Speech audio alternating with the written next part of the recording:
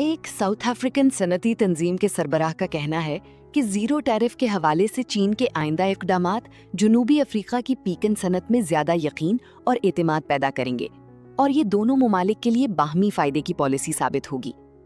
South African पीकन नट producers association यानी SAPPA के general manager कोबस van रेंसबर्ग ने ये बात जुमा के रोज केप टाउन से तकरीबन 60 किलोमीटर शुमाल मशरिक में वाक़ई शहर पार्ल में तंजीम के दफ्तर में शिन्हावा को दिए गए एक इंटरव्यू में कही।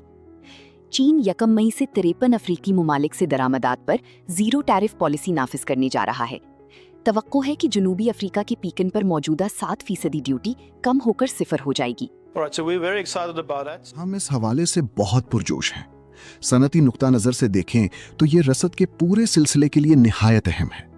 मेरा ख्याल है कि टैरिफ में कमी से रसद के हर मरहले पर फवायद हासिल होंगे। इससे खास तौर पर सप्लाई और तलब दोनों पहलुओं से तहफ़्फ़ुज़ में इजाफा हुआ। टैरिफ में कमी जनूबी अफ्रीका और चीन के दरमियान बेहतरीन ताल्लुक की बायस बनी है। अब जनूबी अफ्रीका को एक और फायदा यह भी होगा कि चीन की जानिब से तलब बढ़ जाएगी क्योंकि टैरिफ कम हो गया है। इस वक्त आलमी मंडियों में खास तौर पर टैरिफ के हवाले से खासी गैर यकीनी पाई जाती है। ये इकदाम किसी हद तक इस्तेहकाम पैदा करेगा। पीकन की पैदावार के लिहाज से जनूबी अफ्रीका इस वक्त दुनिया का तीसरा जबकि जनूबी निस्फ कुरे में सबसे बड़ा मुल्क है। ये पीकन की ज्यादातर पैदावार बरामद करता है और चीन इसकी सबसे बड़ी मंडी है। वैन रेंसबर्ग ने बताया कि जनूबी अफ्रीका के 90% से जायद पीकन चीन को बरामद किए जाते हैं और इस बात ने इसे एक इंतहाई अहम मंडी हैसियत दी है।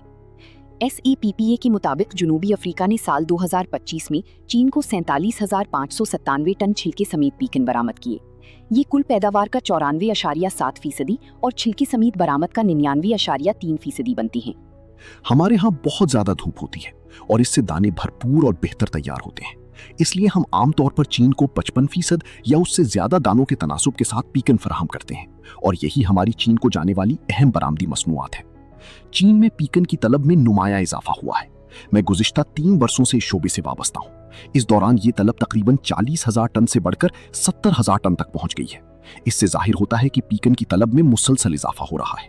मार्केटिंग और ब्रांड साजी की कोशिशों में भी इजाफा किया जा रहा है।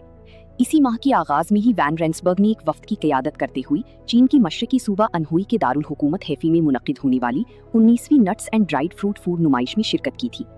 नुमाइश में जनूबी अफ्रीका की पीकन को मुतारिफ कराते हुए मुश्तरका ब्रांडिंग के मौके तलाश किए गए। ये यकीनी तौर पर दोनों के लिए फायदेमंद सूरत हाल है। हम मुस्तकबिल और चीन में होने वाली तरक्की के हवाले से बहुत पुरुम्मीद है। चीन तेजी से तरक्की कर रहा है और आगे बढ़ रहा है।